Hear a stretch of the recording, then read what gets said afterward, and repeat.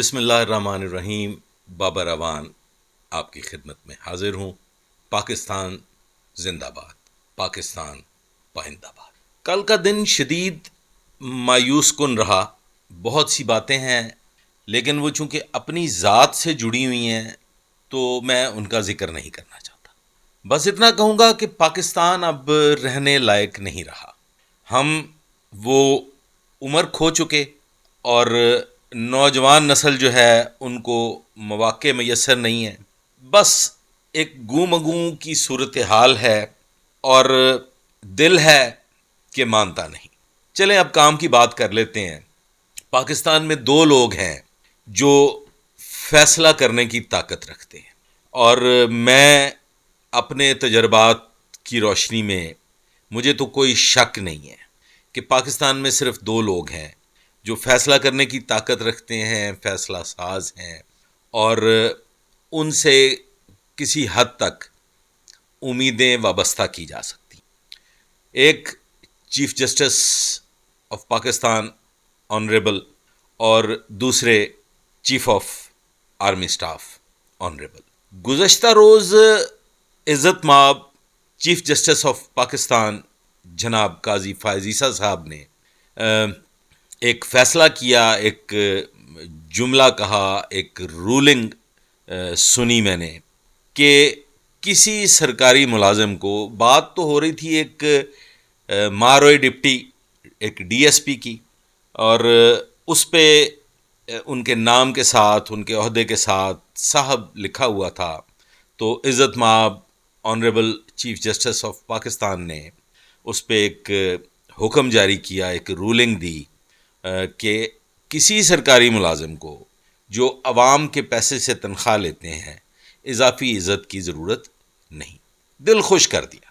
آپ یقین کریں ایک دیرینہ خواہش تھی، طاقتور حلقوں کے پاش پاش ہو جانے کی ایک جو خواہش ہوتی ہے وہ انسان کو بہت مجبوریوں میں، بہت بے بسیوں میں اس کا احساس ہوتا ہے. تو مجھے بڑی خوشی ہوئی کہ honourable chief justice of Pakistan نے یہ رولنگ دی، فیصلہ دیا کہ آئندہ کسی سرکاری ملازم کے ساتھ صاحب کا لفظ نہ لکھا جائے. اس پہ میرے پاس ایک چیف جسٹس صاحب کے لیے ایک گزارش بھی ہے، وہ میں آگے چل کے کروں گا. وہ بڑی اہم گزارش ہے. دیکھیں حضور والا، پاکستان میں کچھ اس قسم کے مسائل ہیں جو حل طلب ہیں.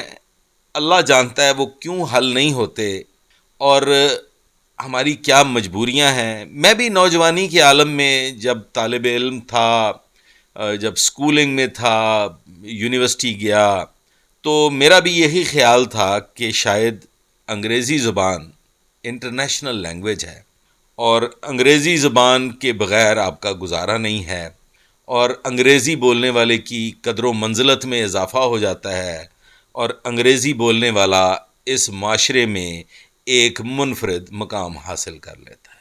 حضور والا بات اس طرح سے ہے کہ بہت دیر سے جا کے، لیکن چلیں دیر آید درست آید، اس بات کا تو اندازہ ہو گیا کہ انگریزی زبان انٹرنیشنل زبان نہیں ہے.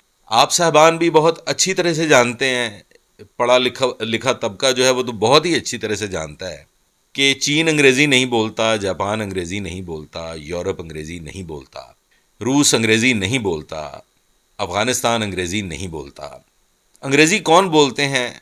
اب میری سمجھ میں یہ بات آئی اور یہ میں آپ تک پہنچانا چاہتا ہوں کہ جو غلام ابن غلام رہے اور ان ممالک کے غلامین جو ہیں وہ انگریزی بولتے ہیں جو ہم پہ حکمران ہیں حقیقی معنوں میں.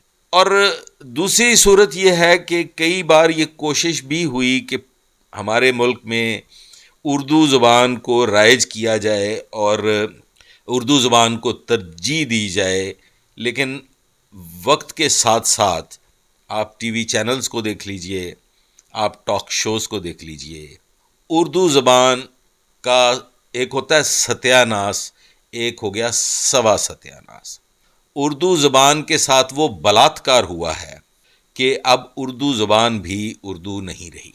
ہماری نوجوان نسل اردو کو ایسے مختلف زمانوں میں گڑمڑ کرنے کے بعد رائج کر چکی ہے کہ شاید اب اردو بھی شرمندہ ہو چکی ہے اور وہ بھی نہیں چاہے گی کہ وہ رائج کی جائے۔ اور پھر رائج کیسے کی جائے؟ ہمارے پاس تو نہ نصاب میں وہ کتابیں موجود ہیں کہ جو ہم نے لکھی ہوں، جو ہمارے تجربات کی روشنی میں لکھی گئی ہوں۔ ہم تو انگریزی زبان کا بھی چربا، ہم تو انگریزی زبان کا بھی ریپلیکا خریدنے کے عادی ہیں، اور ان دکانوں پہ رش لگا رہتا ہے کہ جہاں سے ریپلیکا ملتی ہے، اور ہمارے طالب علم ترجیح دیتے ہیں ریپلیکا کی بھی فوٹو کاپی کو، کیونکہ ہمارے معاشی حالات ہی اس چیز کی اجازت نہیں دیتے۔ ہم معاشی طور پہ بدحالی کا شکار ہو چکے ہیں، ہم معاشرتی طور پہ بدحالی کا شکار ہو چکے ہیں۔ ہمارا معاشرہ، معافی کے ساتھ میں یہ بات کرنے لگا ہوں کہ پرانے وقتوں میں سنا کرتے تھے کہ ڈلیاں بیراندہ کچھ نہیں گیا، لیکن جب دودھ بہہ جائے اور گندی نالی کی نظر ہو جائے تو حضور والا پھر کچھ بچتا نہیں، پھر گنجائش باقی نہیں رہتی۔ اگر تے بیر ڈلے ہوندے تے شاید چن چن کے پونج پانج کے انہاں بیراں نوں دوبارہ استعمال چ لیا جا سکتا سی، بٹ ہن تا دودھ ہی رڑ گیا۔ بڑی لمبی گفتگو ہے، اگر دکھڑے سنانے بیٹھوں تو کئی گھنٹے گزر جائیں، چونکہ دکھ ہی دکھ ہیں، خوشیاں کہیں کھو گئی ہیں۔ دکھ ہی دکھ ہیں کہ ڈائن کا بسیرا ہے۔ خواتین و حضرات، اپنی اس تلخ اور دکھی گفتگو کے اختتام پہ میں دو گزارشات کرنا چاہتا ہوں۔ ایک گزارش کرنا چاہتا ہوں آنریبل یور آنر عزت مآب چیف جسٹس آف پاکستان سے۔ Your owner sir, his Hines, آپ نے بہت بڑا فیصلہ کیا۔ آپ نے سرکاری ملازم کے ساتھ صاحب کے لفظ کو حذف کرنے کا حکم دیا۔ حضور والا، ایک چھوٹی سی گزارش مجھ ناچیز کی بھی مان لیجئے۔ آپ کے عدالتی اہلکار، یور آنر سر، آپ کی عدالت کا دربان، یور آنر سر، آپ کی عدالت کا وہ ہرکارہ جو آوازیں لگا کے سائلین کو طلب کرتا ہے، یور آنر سر، اس کی شیروانی، شلوار قمیض، کلا اور جنا کیپ بدل دیجئے، اسے کوٹ پینٹ اور ٹائی میں ملبوس کیجئے۔ اور وہ اہلکار جو یور آنر سر آپ کے دفتر میں بیٹھ کے بطور ٹائپسٹ، بطور ریڈر، بطور اسسٹنٹ کام کرتا ہے، ہماری شان قومی لباس شلوار قمیض، شیروانی، جنا کیپ اور پگڑی، اسے زیب تن کروا دیجئے۔ آپ کے پاس اختیار ہے۔ سال ہا سال سے یہ خواہش تھی، صاحب کا لفظ آپ حذف کر چکے، للہ اپنے قومی لباس کی عزت بحال کر دیجئے۔ دوسری گزارش ہے میری عزت مآب چیف آف آرمی سٹاف سے کہ حضور والا حالات درست کر دیجئے، ورنہ آپ یقین کریں کہ کچھ بھی نہیں بچے گا۔ حضور والا، آپ کا نام تاریخ میں سنہری حروف سے لکھا جائے گا۔ آپ حالات درست کر سکتے ہیں، آپ ہی حالات درست کر سکتے ہیں۔ مشکل فیصلوں کی ٹرمینالوجی کو بدل دیجئے۔ مشکل فیصلے غلامی کی زنجیریں توڑ کے کیجئے۔ مشکل فیصلے غلامی سے نجات حاصل کر کے کیجئے۔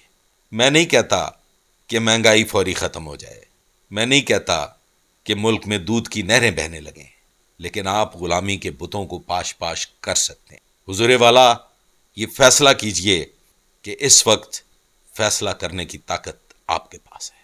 تجھے ہے حکم اذاں، لا الہ الا اللہ۔ آج تک کے لیے بس اتنا ہی۔